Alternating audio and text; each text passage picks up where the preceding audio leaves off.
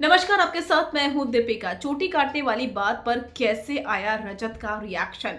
चलिए बताएंगे आपको क्या कुछ रजत ने कहा, क्योंकि रजत ने वो बात सुनी ही नहीं जब ये सारी चीजें हुई। चाहत को जब गुस्सा आया था तो उन्होंने करणवीर पर कुछ फेंका था, शायद वो सामने कुछ था, पानी था, क्या था, लेकिन वो फेंका था क्योंकि चाहत के खिलाफ उनके बॉयफ्रेंड को लेकर बार बार टीज कर रहे थे करणवीर। उस वक्त रजत ने चाहत के आंसू भी पोंछे थे और साथ ही साथ उन्हें चुप भी करवाया था। चाहत कहीं ना कहीं परेशान थी उस वीकेंड के बारे में, जहां से उनके बॉयफ्रेंड की बातें शुरू हुई थी।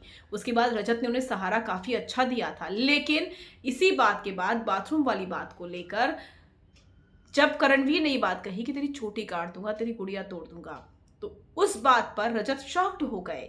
सलमान खान इस बात का जब जिक्र कर रहे थे तब रजत का शॉकिंग रिएक्शन था। रजत हैरान थे और रजत का सवाल सिर्फ चाहत से था। दरअसल इतनी बड़ी बात चाहत को बोल दी, लेकिन चाहत उस वक्त चुप हो गई। बिस्तर में उन्होंने माइक उतारा और कंबल ओढ़कर रोने लगी।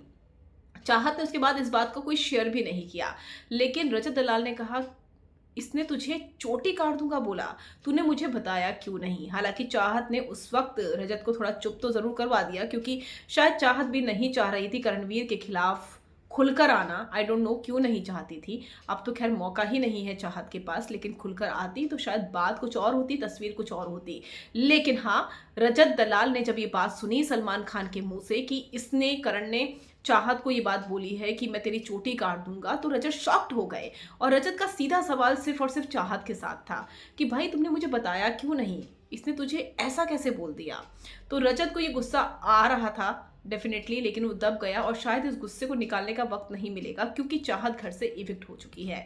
वेल, आपका क्या कहना है और कैसी लगती है दोनों की केमिस्ट्री? कमेंट कर जरूर बताइएगा।